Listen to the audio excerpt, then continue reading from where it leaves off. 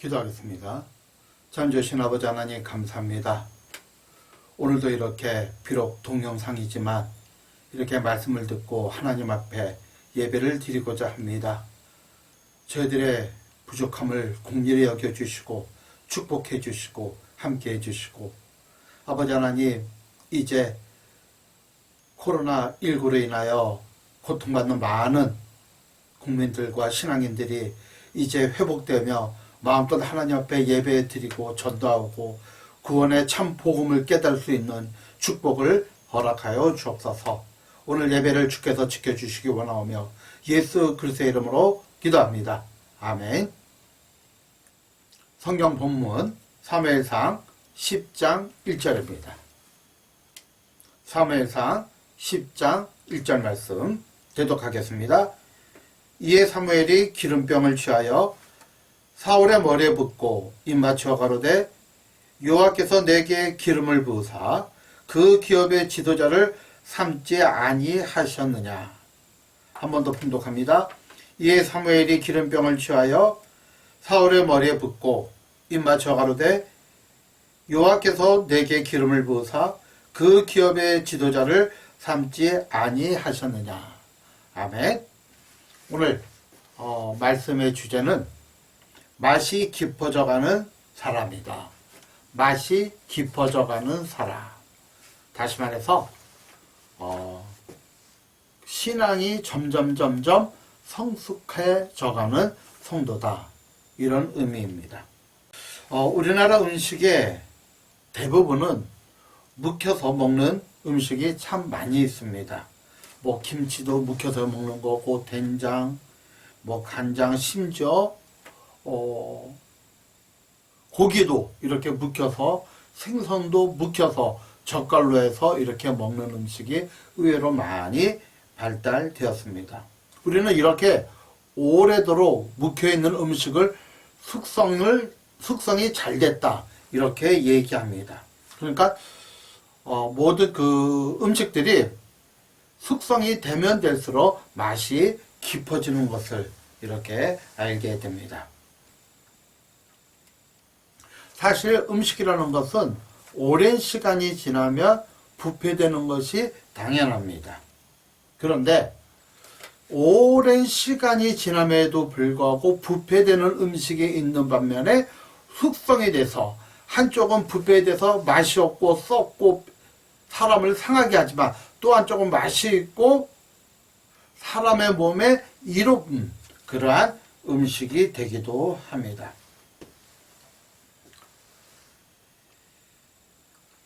사선생님, 숙성과 부패는요, 원리는 똑같아요.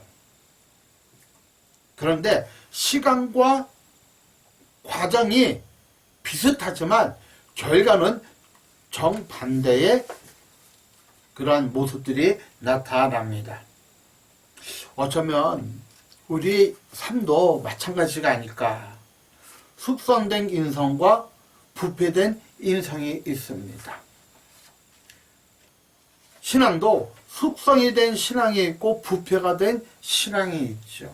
시간이 지나가면 지나갈수록 참 그 신앙이 아름답고 참 변화가 있는 그러한 모습을 보여주기도 합니다. 제가 그 전도하는 장소가 요 관문앞곡 바로 앞인데요.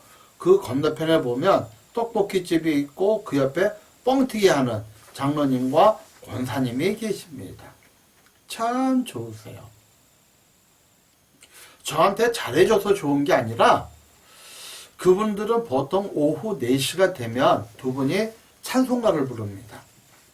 그리고 기도를 합니다. 그리고 성경을 몇 장 읽습니다. 그리고 기도하고 이렇게 개인 경건의 시간을 마칩니다. 매일같이 그렇게 하십니다. 그런 모습을 볼 때 연세가 70 후반이고 80 초반인데도 참 그 모습이 참 아름답고 참 좋아요. 숙성이 되시는 그러한 모습이죠. 그런데 어떤 분은 예수를 믿는다고 하면서도 참 옆에 가기가 힘든 그런 분들도 있습니다. 우리 크리스천들은 세상이 부패할수록 빛과 아름다운 향이 내는 향기를 낼 수 있는 숙성된 크리스찬들이 되시기를 주의 이름으로 축복합니다. 오늘 사무엘상 10장을 통한 영적 교훈 첫 번째는 뭐냐면 하나님께서는 우리를 귀한 존재로 부르신다. 하나님께서는 우리를 귀한 존재로 부르신다. 어떤 일은요, 저절로 잘 돼요, 그냥.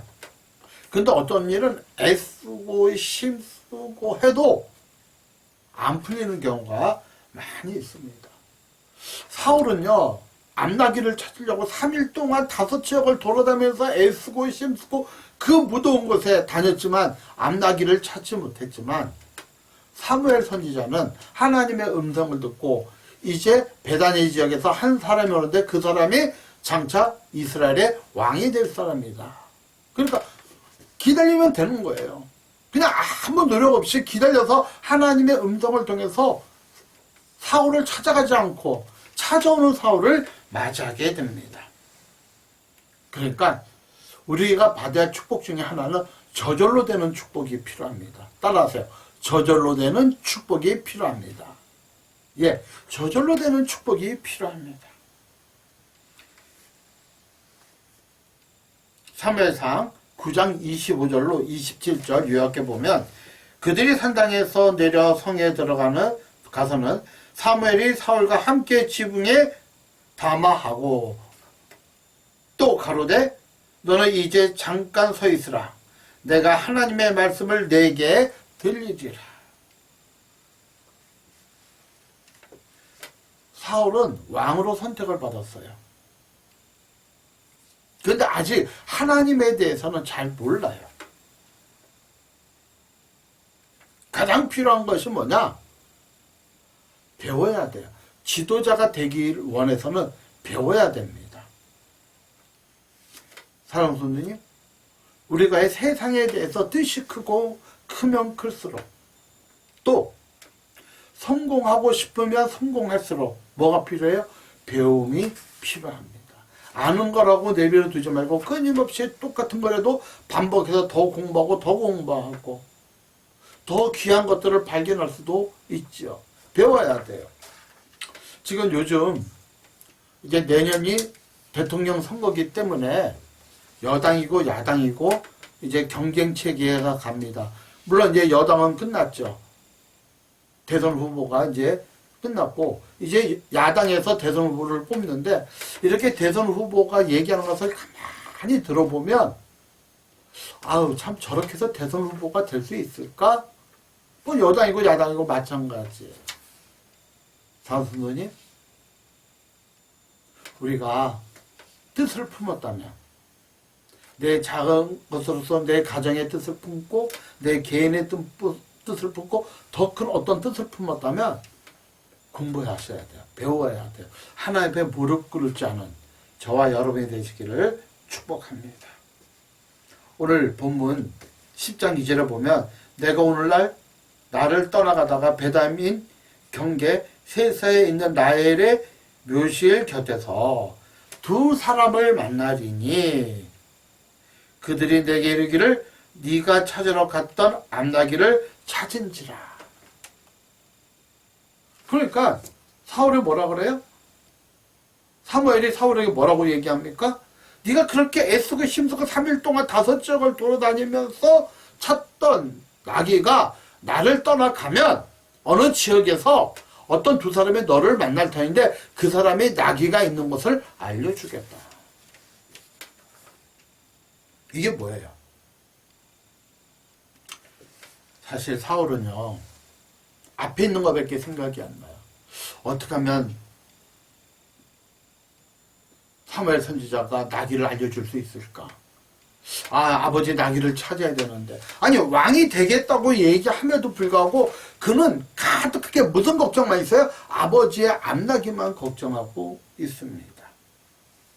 그런데 하나님은 사무엘을 통해서 사울에게 암나귀가 있는 곳을 알려주겠다 그래요. 하나님은요, 저와 여러분을 아주 존귀한 존재로 여깁니다. 그렇기 때문에 우리는 눈앞에 보이는 어떤 문제만 가지고 힘들어하지 말고 멀리 볼 줄 아는 저와 여러분이 되시기를 축복합니다. 그래서 베드로전서 2장 9절에 그러나 너희는 택한 족속이요 왕같은 제사장이요 거룩한 나라요 그의 소유가 된 백성이다. 너희는 왕같은 제사장이다. 아주 존귀한 존재이다. 그러니 우리의 모든 문제는 주님께 맡기고 내가 해야 할 일 최선을 다하여 살아가는 저와 여러분이 되시기를 축복합니다. 두 번째, 사무엘상 10장을 통하여 영적 교훈 두 번째는 하나님께서는 우리를 성장 발전시키시기를 원한다. 성장하고 발전시키기를 원한다. 안타깝게도 사울은 사무엘 선지자가 누군지를 모릅니다. 제사에 참석을 잘 아는 것 같아요. 그 위대한 사무엘 선지자를 사울은 잘 몰라요. 이런 믿음 없는 사울을 위해서 하나님은 세 가지 증거를 보여주십니다. 자기가 왕이 되겠다고 하는데 잘 믿지를 못해요.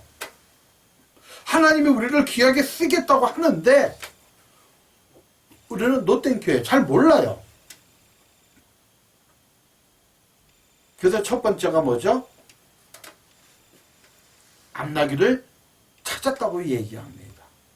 네 암나기를 찾았다. 다시 읽습니다. 10장 2절 내가 오늘 나를 떠나가 베다민 경계 셀사에 있는 나의 모실 곁에서 두 사람을 만나리니 그들이 내게 이르기를 네가 찾으러 갔던 암나기들을 찾은지라. 그게 첫 번째 증거. 하나님이 너를 사용한다는 첫 번째 증거다는 거야. 두 번째 증거는 너한테 떡 두 덩어리를 줄 거라는 얘기예요. 사무엘상 10장 3절로 4절 보면 세 사람이 너와 만나리니 하나는 염소 새끼 셋을 이끌고 하나는 떡 세 덩어리를 가지고 하나는 포도주 한 가죽 부대를 가지고 가진 자라. 그들이 내게 문안하고 떡 두 덩이를 주겠고 너는 그 손에 받으리라. 다시 말해서 두 번째 증거는 뭐예요? 네가 전혀 모르는 사람이 너에게 떡 두 덩어리를 주겠다는 거예요. 세 번째 증거가 있습니다. 너도 예언할 것이다. 5절로 6절입니다.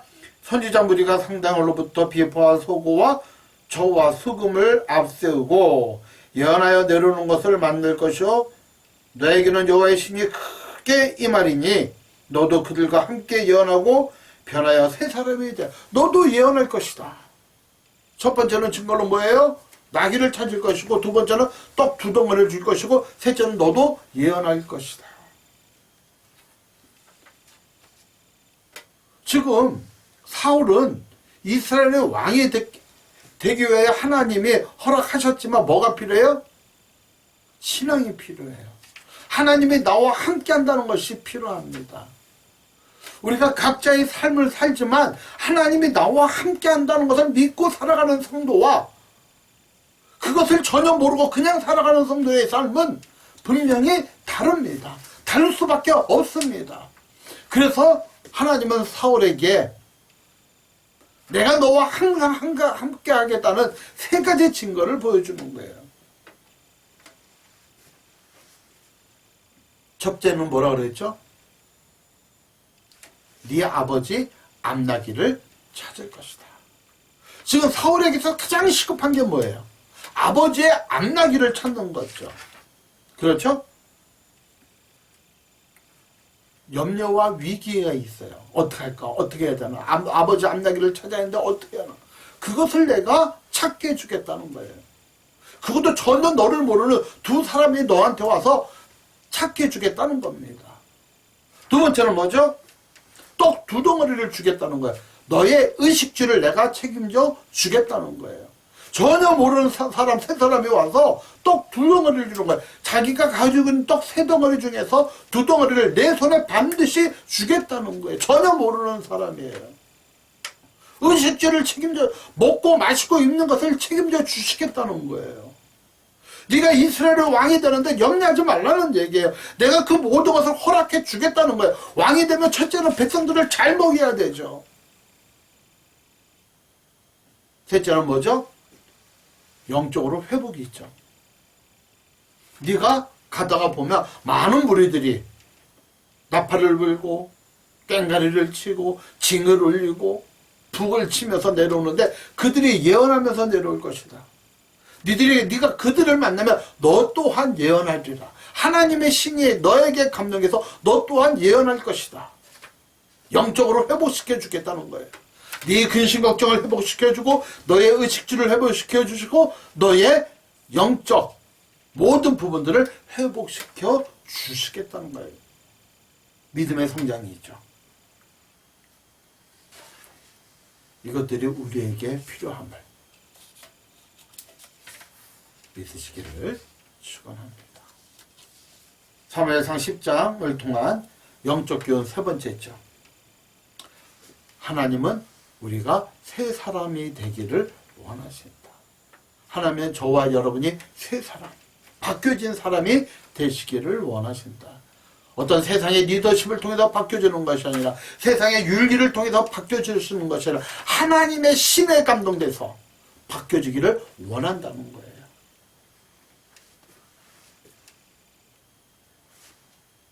자, 보세요. 6절에 10장 6절입니다.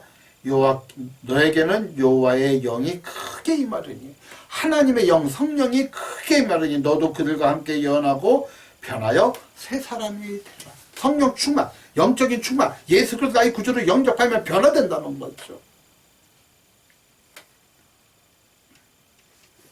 과거 옛사람을 버리라는 거예요. 네가 정말 이제 나를 위하여 이스라엘 백성의 왕이 되기를 원하면 과거에 가졌던 너의 죄성을 내어 버리라는 거예요. 우리가 하나님의 자녀가 됐다면 과거에 지녔던 옛 습관들, 잘못된 습관들을 버리라는 거예요. 근데 어떻게 버릴 수 있느냐? 하나님의 영이 네게 임하면, 성령께서 너와 함께 하신다면 말씀을 통해서 변화될 수 있다는 거예요. 말씀을 바로 보면서 깨달으면서 기도하면서 말씀대로 살아가면서 우리의 삶이 변화될 수 있다는 겁니다.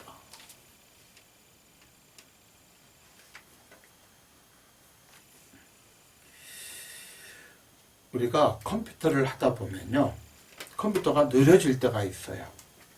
그리고 느려지다가 멈출 때가 있습니다. 너무 많은 프로그램을 깔다 보면 이게 엉킬 때가 있어요. 프로그램의 회로가 엉킬 때가 있어요. 다시 말해서 우리 인생도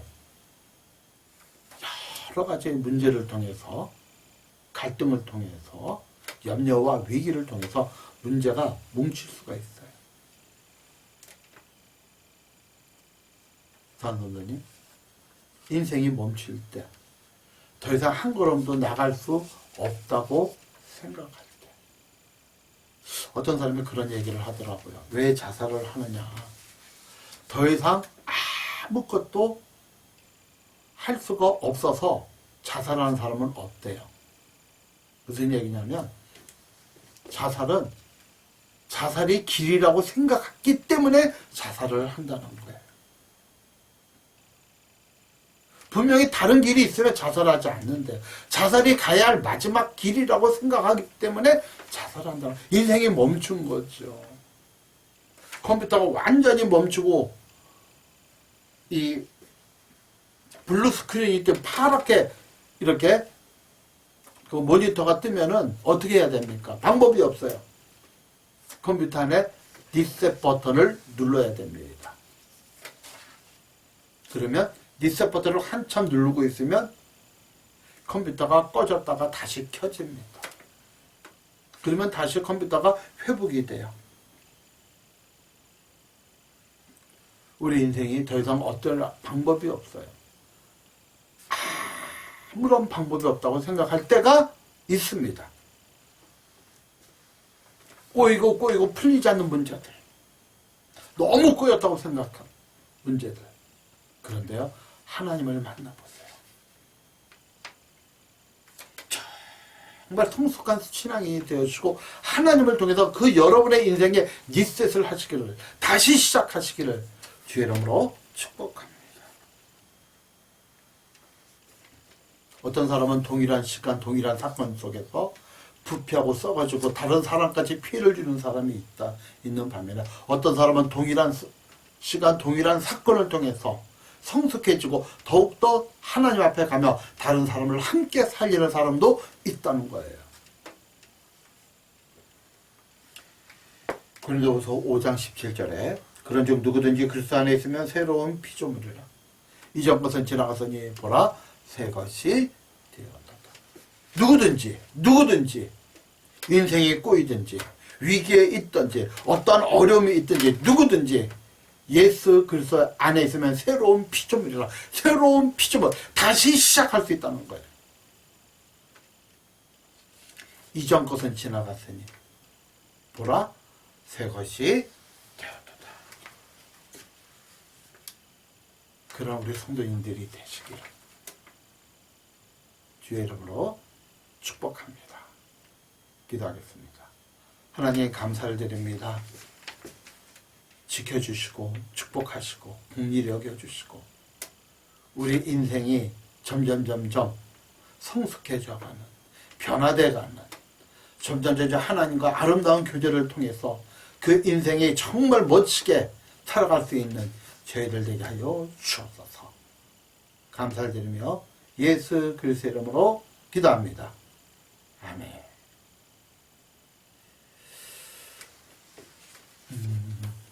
광고 드립니다. 지금 제가 어젠가요?